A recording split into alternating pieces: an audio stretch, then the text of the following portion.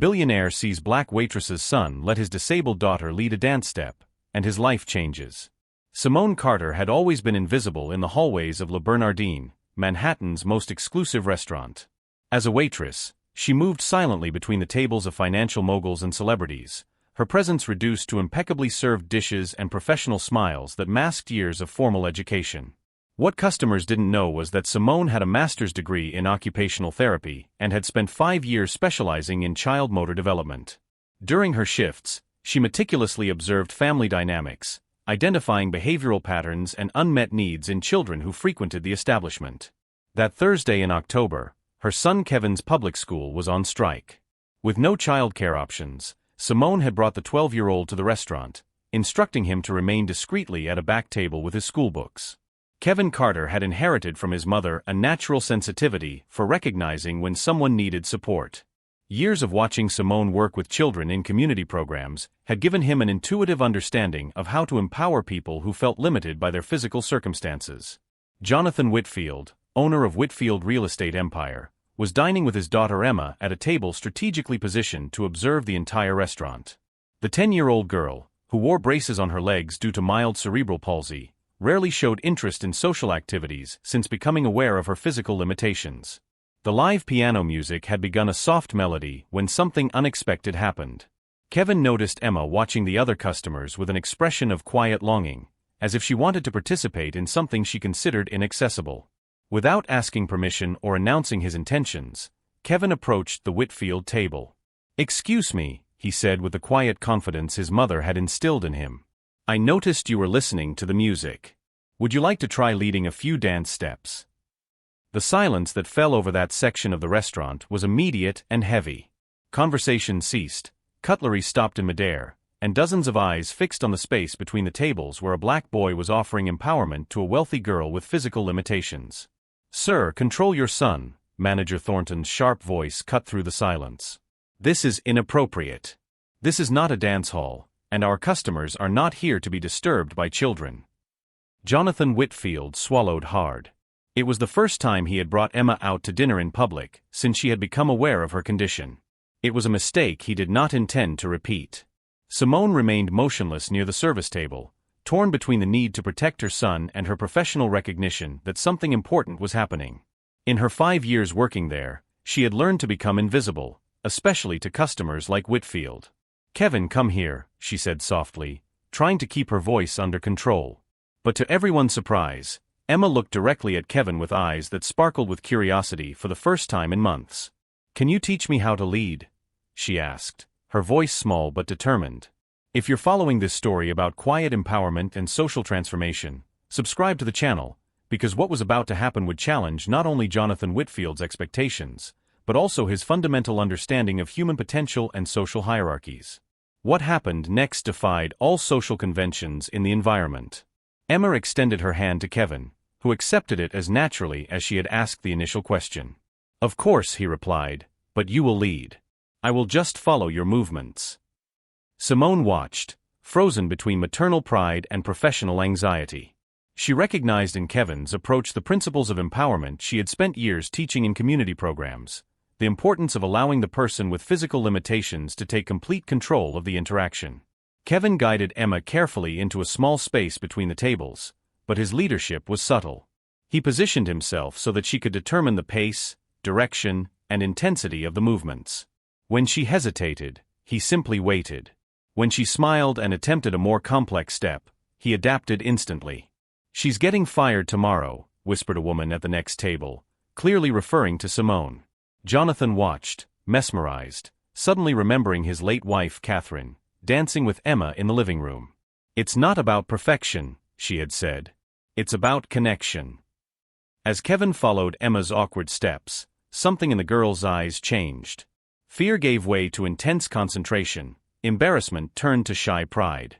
For the first time since she had become aware of her condition, she wasn't being guided, helped, or corrected. She was leading. "Mr. Whitfield," the manager's voice interrupted his thoughts, "I can assure you that this will never happen again. She will be properly disciplined."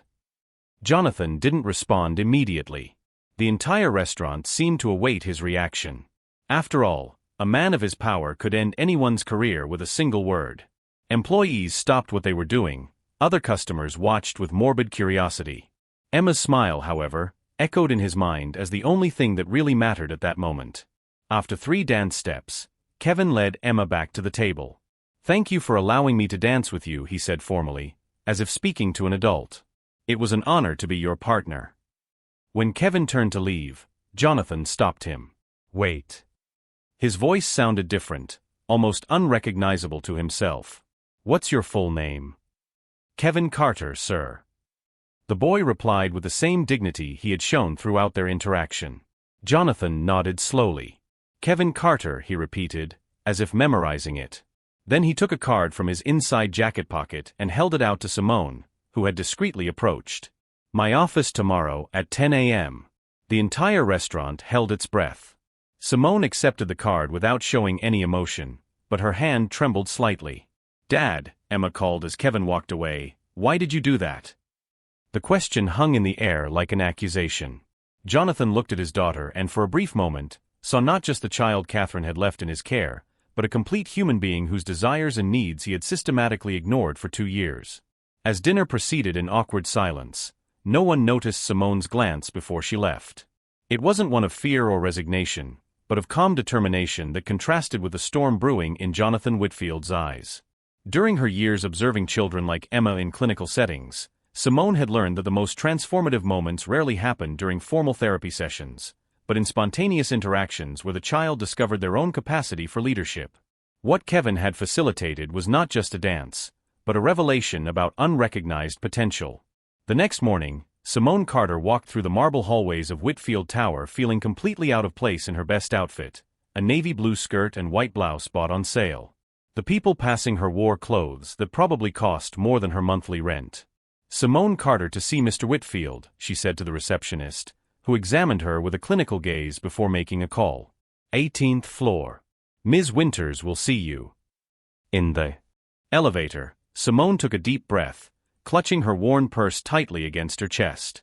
It wasn't fear she felt, but a quiet determination that came from having faced much worse challenges over the years navigating systems that systematically underestimated her competence. Miss Winters was a woman in her 40s with a piercing gaze and impeccable posture. "Mr. Whitfield is in a conference call. Please follow me."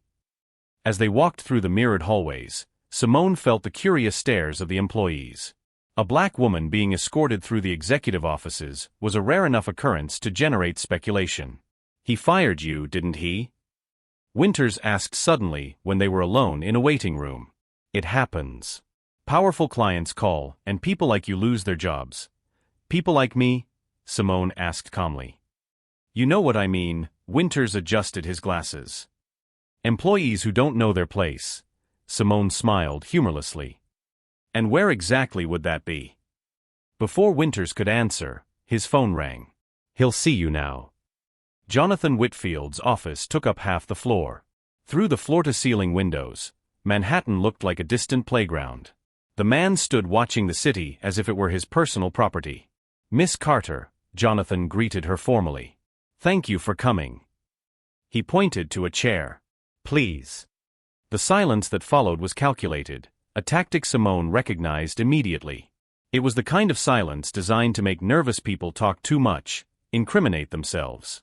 During her years working in seemingly menial positions, Simone had developed a keen understanding of power dynamics.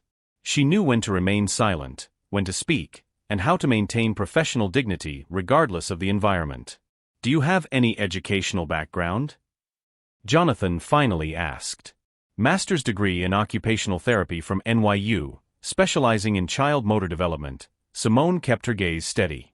"Certification in empowerment techniques for children with physical limitations." Something flashed across Jonathan's face. Surprise, perhaps. "And you work as a waitress?" "I work 3 jobs, actually. The restaurant, a bookstore on weekends, and as a volunteer therapist when I can get clients." Jonathan moved over to her table, picking up a folder. "I did some research on you, Ms. Carter. I wanted to understand who the person was whose son turned my daughter into a knight." He opened the folder, revealing printed photos of a community center. "Movement Forward. You co-founded that 4 years ago." Simone sat up straight in her chair. I co-founded it with my sister Tanya. It's an empowerment program through movement for children with physical limitations. Jonathan flipped through some documents. Which is about to close due to lack of funding. Simone showed no surprise. Of course he would find all this out in less than 24 hours. I didn't come here to ask you for money, Mr. Whitfield. Then why did you come? Because you invited me. Jonathan laughed softly, a joyless sound. Fair enough. He stood up again, restless. I want you to work for me. Simone blinked, genuinely taken aback. As a therapist for Emma. I want someone who can do what your son did yesterday. Follow, not lead. His daughter's name seemed difficult for him to say. Simone noticed how his eyes momentarily drifted to a photo on the desk, a smiling woman holding a baby. I have the best specialists in the country, Jonathan continued. Physical therapists, neurologists, psychologists. But what happened yesterday was the first time I've seen Emma smile since she became aware of her condition. The admission was painful. Simone studied the man in front of her. Beneath the facade of power and control, she saw what others might not, a desperate, lost father who had systematically failed to recognize that his daughter didn't need to be fixed, but empowered. I can pay you 5 times what you're making now, Jonathan continued, misreading Simone's silence as financial hesitation. Simone stood up calmly. No. Jonathan looked shocked, like someone unaccustomed to hearing that word. You're turning down an offer that would solve your financial problems out of pride? Out of dignity, Simone corrected. And because Emma deserves more than someone hired to pretend to care. She walked toward the door, then paused. Emma doesn't need more experts, Mr. Whitfield. She needs space to lead her own life. You don't know your daughter. No, Simone agreed, but I know children like her. Children whose physical limitations are nothing compared to the invisible cages we build around them. Over years of working in positions where her competence was systematically questioned, Simone had developed an empowering approach that transcended conventional therapies. Her method wasn't based on correcting deficiencies, but on amplifying natural strengths. She took a card out of her purse and placed it on the table. Movement forward. Classes on Tuesdays and Thursdays, 4 p.m. If you'd like to bring Emma, the first class is free. On her way out, she passed Winters, who had obviously been listening at the door. You just turned down an offer from Jonathan Whitfield, she whispered incredulously. Are you crazy? Simone smiled. Maybe. But I'd rather be crazy than owned. The following Wednesday, Simone was at the reception desk of the community center when Tanya, her sister and co-founder of the project, came running up. There's a Bentley parked outside, she whispered nervously. And you won't believe who's inside. Through the window, Simone saw the luxurious car. Emma was in the back seat, looking anxiously out the window. Jonathan remained in the driver's seat, his hands still on the steering wheel, as if fighting an internal battle. He's not coming in, Tanya predicted. Men like him don't come to places like this. Simone smiled, remembering Emma's gaze during those brief moments of dancing. Don't underestimate the power of a determined daughter. As they watched, the car door opened. Emma got out slowly, adjusting her devices, then, to everyone's surprise, Jonathan got out too. The billionaire looked out of place in his casual pants and sweater, an obvious attempt to dress less formally, but still screaming privilege. I told you he'd come, Simone muttered to herself. What did you do? Tanya stared at her. Simone didn't answer, but her eyes shone with a knowledge that even her sister didn't fully understand. In her small apartment in the Bronx, hidden under her bed, was a notebook filled with notes about children like Emma and men like Jonathan Whitfield.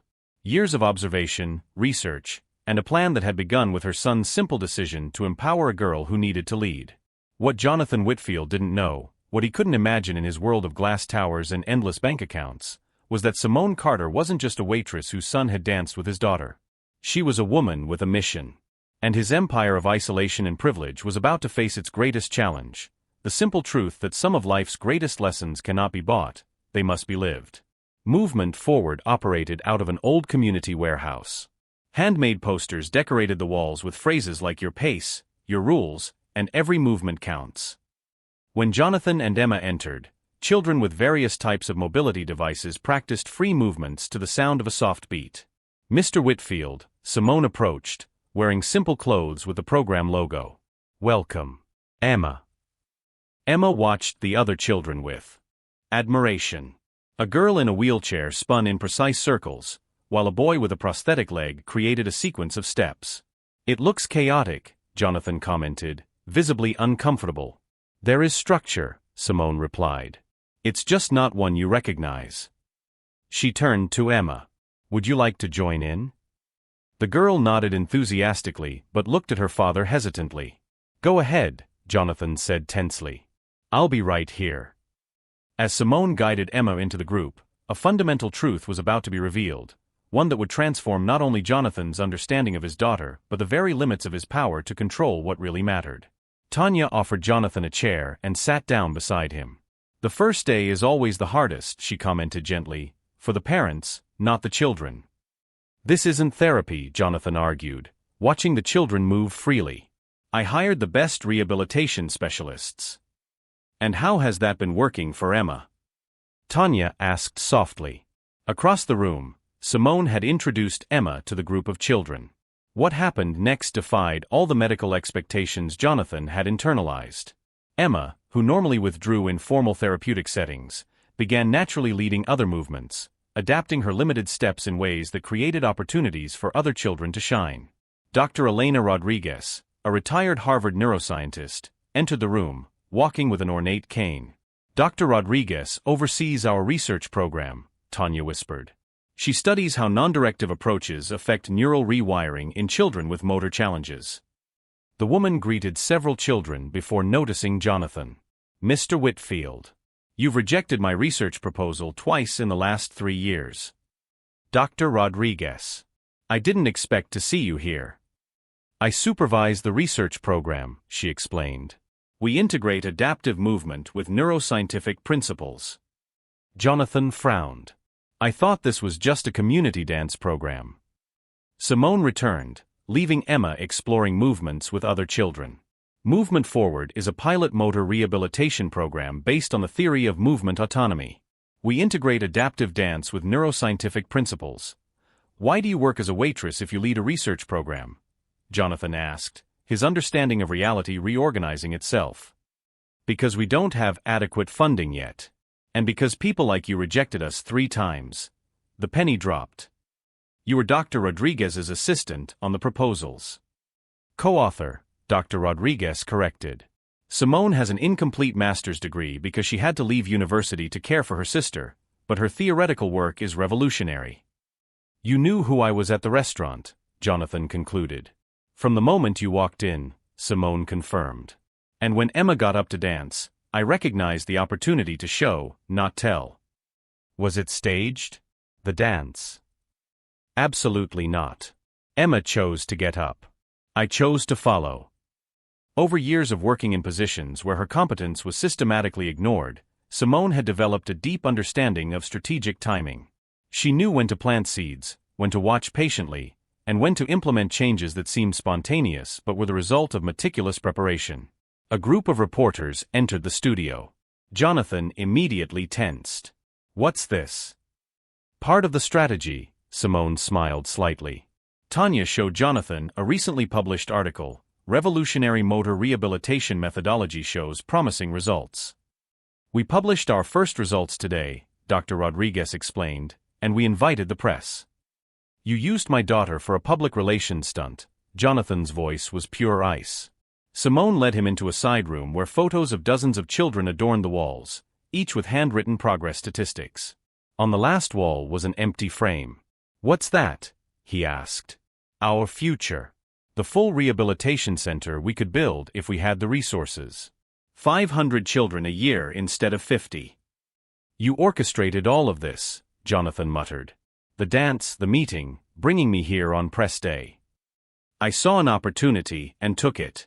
4 months ago, when you canceled our meeting without reading the proposal, I promised myself I'd find a way." A cry of joy interrupted them. They rushed back. Emma was in the center of the room, surrounded by other children. Someone had turned off the music, and everyone watched in silence. The girl had removed one of her braces and was trying to balance with just one support. "Emma," Jonathan began to approach, but Simone stopped him. "Wait," she whispered. "Watch." Emma took a deep breath, concentrated, then, to everyone's amazement, especially her father's, took a full step without full support. It was small, wobbly, but entirely hers. The children applauded, cameras flashed. Jonathan's face, normally composed and unreadable, was now exposed, with unshed tears glistening in his eyes. "This is why we created Movement Forward," Simone said softly. "It's not about perfect steps. It's about first steps on your own." Jonathan watched his daughter not as a problem to be managed, but as a whole person discovering her own strength. Between the power he had always wielded and the freedom Emma needed, Jonathan found himself in unfamiliar territory, where neither money nor influence defined the next step. 3 months later, excavators were clearing the ground for the new Movement Forward Rehabilitation Center. It wasn't the most luxurious project the Whitfield Foundation had ever funded, but it was the most innovative, with every space designed with direct input from the children and families. At the opening ceremony, Emma, now wearing only a lightweight brace on her left leg, led a short dance routine with Kevin and 3 other children. Her movements were still limited, but they flowed with a confidence no doctor had predicted. Jonathan watched from a distance, not interfering. "He doesn't need to hold her anymore," Simone commented, approaching quietly. "No," Jonathan agreed. "But she still needs me to be around." Crucial difference. Jonathan turned to face her. "Thank you," he said simply. "For what, exactly?" "For teaching me to follow." A year later, the Movement Forward program expanded to 3 new cities. Simone received the Pediatric Rehabilitation Innovation Award, and her methodology began to be implemented in hospitals across the country. Emma, now using only a light cane on difficult days, enrolled in a regular school and became a youth spokesperson for the program. And Jonathan learned the hardest and most valuable lesson of all, that true power does not lie in controlling every movement, but in knowing when it is time to take a step back and let others lead the way. In a world where powerful people rarely change their perspectives and those without power often remain in the shadows, the story of Jonathan, Simone, and Emma reminds us that true transformation occurs when we cross the invisible boundaries that separate us. If this story about how a simple gesture of dignity changed lives forever touched your heart, subscribe to the channel, because we believe that the most profound revolutions don't start with grand manifestos or billion-dollar fortunes. They start when someone has the courage to take an authentic first step, and someone else has the wisdom to follow.